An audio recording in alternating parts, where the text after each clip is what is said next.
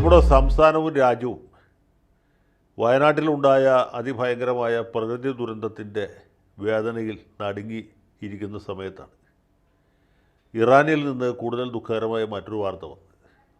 ഹമാസിൻ്റെ തലവനായി ഇസ്മായിൽ ഹനിയ തീവ്രവാദി ആക്രമണത്തിൽ കൊല്ലപ്പെട്ടു എന്നുള്ളതാണ്. അദ്ദേഹത്തെ വധിച്ചത് ആരാണ് എന്ന കാര്യത്തിന് വ്യക്തത കൈവന്നിട്ടില്ല. ആരും ഉത്തരവാദിത്തം ഏറ്റെടുത്തിട്ടില്ല. അത് IS ആകാം, ഇസ്രായേൽ ആകാം, അതുമല്ലെങ്കിൽ അദ്ദേഹത്തോട് പൂർവ്വവൈരാഗ്യമുള്ള ആരെങ്കിലും ആയിരിക്കാം, അമേരിക്ക ആകാം, ഇനി റഷ്യ പോലും ആകാൻ സാധ്യതയുണ്ട്. ഉത്തരവാദിത്തം ആരും ഏറ്റെടുക്കാത്തിടത്തോളം കാലം ആരാണ് നമുക്ക് പറയാൻ കഴിയുകയില്ല. എന്നാലും പൊതുവേ ഉള്ള ധാരണ അത് ശരിയാകാനാണ് കൂടുതൽ സാധ്യത എന്നെനിക്ക് തോന്നുന്നു. ഇസ്രായേലായിരിക്കും ഇദ്ദേഹത്തെ കൊലപ്പെടുത്തിയത് എന്നാണ്. കാരണം ഇങ്ങനെ ഇരു ചെവി അറിയാതെ ആളുകളെ കൊലപ്പെടുത്താനുള്ള സംവിധാനം ഇസ്രായേലിനാണ് ഉള്ളത്. അവരുടെ മൊസാദ് എന്ന് പറഞ്ഞ ചാരസംഘടന വളരെ ശക്തമാണ്. പഴയ ഒളിമ്പ്യൻ അന്തോണി ആഡം എന്ന സിനിമയിൽ മോഹൻലാൽ പറഞ്ഞ പോലെ, മോഹൻലാലിൻ്റെ കഥാപാത്രം പറയുന്നുണ്ട്, നീ കഴുകനെ പോലെ ഉയർന്ന് പറന്നാലും നക്ഷത്രങ്ങൾക്ക് മീതെ കൂട് കെട്ടിയാലും ഞാൻ നിന്നെ വിടില്ല. ഇത് മൊസാദിൻ്റെ കാര്യത്തിൽ വളരെ ശരിയാണ്.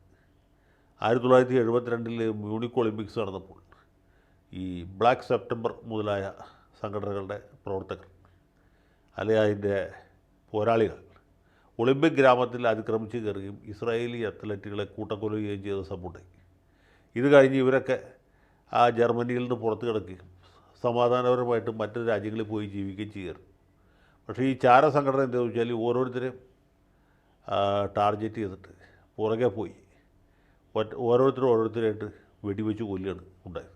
അതിനെക്കുറിച്ച് സ്റ്റീവൻ സ്പിൽബർഗിൻ്റെ ഒരു സിനിമ പോലും ഉണ്ട്, മ്യൂണിക് എന്ന പേരിൽ.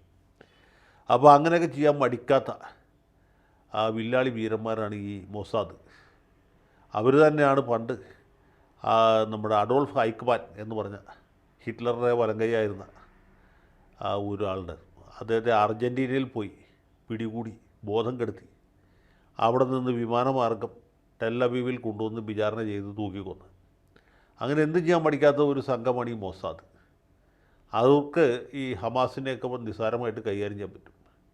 അപ്പോൾ ഈ ഒക്ടോബർ 7 അക്രമത്തിന് തൊട്ട് പുറകെ തന്നെ ഇസ്രായേൽ പ്രഖ്യാപിച്ചിരുന്നു, ഇയാൾക്ക് ഇനി അധികം ഈടില്ല, അവൻ്റെ ദിവസങ്ങൾ എണ്ണപ്പെട്ടു എന്നുള്ളത്. അതുതന്നെയാണ് ഇവിടെ സംഭവിച്ചിട്ടുള്ളത്. കഴിഞ്ഞ പെരുന്നാൾ ദിവസമാണ് ഇദ്ദേഹത്തിൻ്റെ മക്കളെയും പേരക്കുട്ടികളെയും ഇസ്രായേൽ കൊലപ്പെടുത്തിയത്. മരണസംഖ്യ ഏതാണ്ട് 40,000-ഓളം അടുക്കുകയാണ്. അങ്ങനൊരു സന്ദർഭത്തിൽ ഈ നിർണായകമായ സമയത്ത് ഇത്ര നാളും ഖത്തറിൽ ഒളിവിൽ കഴിഞ്ഞിരുന്ന മഹാനായ ഇസ്മായിൽ ഖനിയ, അദ്ദേഹം പുതിയ ഇറാൻ പ്രസിഡൻറ്റിൻ്റെ അരിയിട്ടുവാഴ്ചയിൽ പങ്കെടുക്കാൻ വേണ്ടിയാണ് ടെഹ്റാനിലെത്തിയത്. ഈ പഴയ പ്രസിഡൻറ്റ് പ്രശാന്തസുന്ദരമായ കാലാവസ്ഥയിൽ ഹെലികോപ്റ്ററിൽ യാത്ര ചെയ്യുമ്പോൾ പെട്ടെന്ന് പ്രത്യേകിച്ച് പ്രകോപനമൊന്നും കൂടാതെ ഹെലികോപ്റ്റർ താഴെ വീഴുകയും പ്രസിഡൻറ്റ് പരലോകത്ത് പോവുകയാണ് ഉണ്ടായത്. അദ്ദേഹം എങ്ങനെ മരിച്ചു എന്ന് ചോദിച്ചാൽ പ്രത്യേകിച്ച് കാരണമൊന്നുമില്ല, പുള്ളി മരിച്ചു, വിമാനം ഹെലികോപ്റ്റർ തകർന്നു, ആൾ മരിച്ചു എന്ന് മാത്രമേ ഇതുവരെ ഉത്തരം പറഞ്ഞിരുന്നുള്ളൂ. അതിൻ്റെ പുറകിൽ ഇസ്രായേലിൻ്റെ കറുത്ത കരങ്ങളാണ് എന്ന് കേട്ടിരുന്നു. യാതൊരു ഉറപ്പുമില്ല. ചിലപ്പോൾ വിമാനം സ്വമേധയാ തകർന്ന് വീണതാകാൻ സാധ്യതയുണ്ട്. കാരണം ഇറാൻ്റെ ഹെലികോപ്റ്ററുകൾ പലതും വളരെ പഴയതാണ്. ഏതായാലും പഴയ പ്രസിഡൻറ്റ് മരിച്ചു എന്നുള്ളത് ഉറപ്പാണ്. അതുപോലെ ഇറാൻ്റെ പ്രസിദ്ധനായ ആണവശാസ്ത്രജ്ഞൻ, അദ്ദേഹം വെടികൊണ്ടാണ് മരിച്ചത്. അദ്ദേഹത്തിൻ്റെ ചരമവാർഷിക ദിനത്തിൽ മറ്റ് ബോംബ് പൊട്ടി ഒരുപാട് ആളുകൾ മരിച്ചു. ഇപ്പോൾ ദാ ഇദ്ദേഹം പോയി. ഇനി ഹിസ്ബുള്ളക്കായിരിക്കും അടുത്ത തിരിച്ചടി എന്ന് പ്രഖ്യാപിച്ചിട്ടുണ്ട്.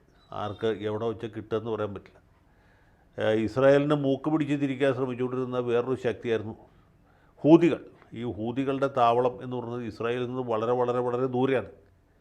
അവിടെ പോയിട്ട് ഇവർ വലിയ തോതിൽ കരിമരുന്ന് പ്രയോഗം നടത്തി. അപ്പം നെതന്യാഹു പറഞ്ഞൊരു കാര്യമുണ്ട്, ഇസ്രായേലിൻ്റെ കരങ്ങൾ വളരെ നീളമേറിയവയാണ്, നിങ്ങൾ എത്ര ദൂരെ പോയാലും ഞങ്ങൾക്കൊരു പ്രശ്നമില്ല, ഞങ്ങൾ അവിടെ വന്ന് നിങ്ങളെ ശരിയാക്കും എന്നാണ്. അപ്പോൾ ഇത്രയും നാളെ നമ്മൾ വിചാരിച്ചുകൊണ്ടിരുന്ന ഇസ്രായേൽ ഹമാസ് യുദ്ധം നാളെ കഴിയും മറ്റന്നാൾ കഴിയും എന്നാണ്. അത് കഴിയാനുള്ള ഒരു സാധ്യതയില്ല എന്നുള്ള കാര്യം കഴിഞ്ഞ ദിവസം നമ്മുടെ നെതന്യാഹു അമേരിക്കൻ കോൺഗ്രസ്സിൽ പോയി പ്രസംഗിച്ചപ്പോൾ വ്യക്തമായി. അവസാനത്തെ ഹമാസുകാരനെ വരെ പണ്ടാറടങ്ങിയതിന് ശേഷം യുദ്ധം നിർത്തുകയുള്ളൂ എന്ന് പുള്ളി വീണ്ടും പ്രഖ്യാപിച്ചു. അങ്ങനെ പല സംഭവങ്ങളും ഇവിടെ അരങ്ങേറി. അതിൻ്റെ പുറമെയാണ് ഈ പുതിയ ഇറാൻ പ്രസിഡൻറ്റിൻ്റെ സത്യപ്രതിജ്ഞയ്ക്ക് പോയ ഹമാസിൻ്റെ തലവൻ ടെഹ്റാനിൽ വെച്ച് കൊല്ലപ്പെട്ടു എന്നുള്ള കാര്യം.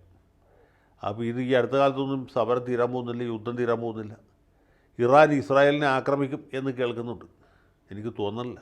കാരണം ഇറാനിൽ നിന്ന് വളരെ വളരെ ദൂരെയാണ് ഇസ്രായേൽ. അവിടെ പോയി അവരെ ആക്രമിക്കാമെന്നുള്ള കിണസ്ഥയൊന്നും ഇറാനില്ല. തൊട്ടയൽവക്കത്തുള്ള വല്ല ഇറാഖിനോടോ അല്ലെങ്കിൽ വേറെ ആരോടോ പാകിസ്ഥാനോടൊക്കെ യുദ്ധം ചെയ്യാനുള്ള സാമഗ്രി ഇറാൻ്റെ കയ്യിലുള്ളൂ.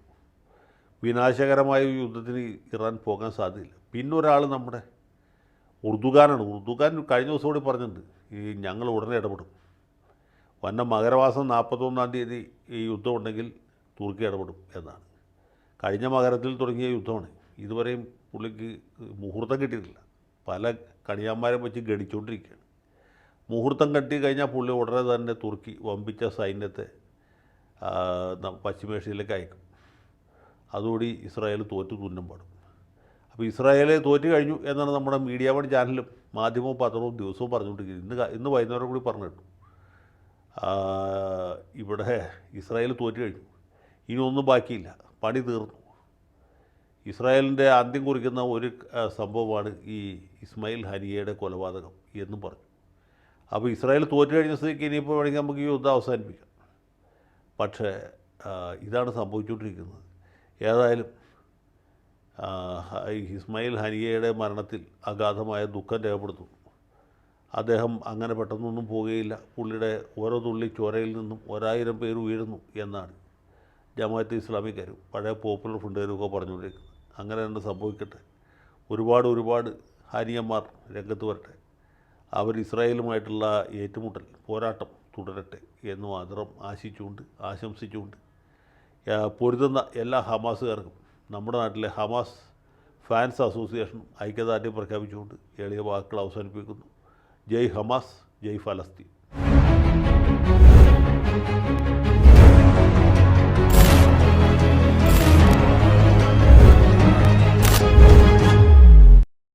കൂടുതൽ വാർത്തകളും വിശേഷങ്ങളും നിങ്ങളിലേക്ക് എത്താൻ ABC മലയാളം സബ്സ്ക്രൈബ് ചെയ്യുക, ബെൽ ബട്ടണും അമർത്തുക.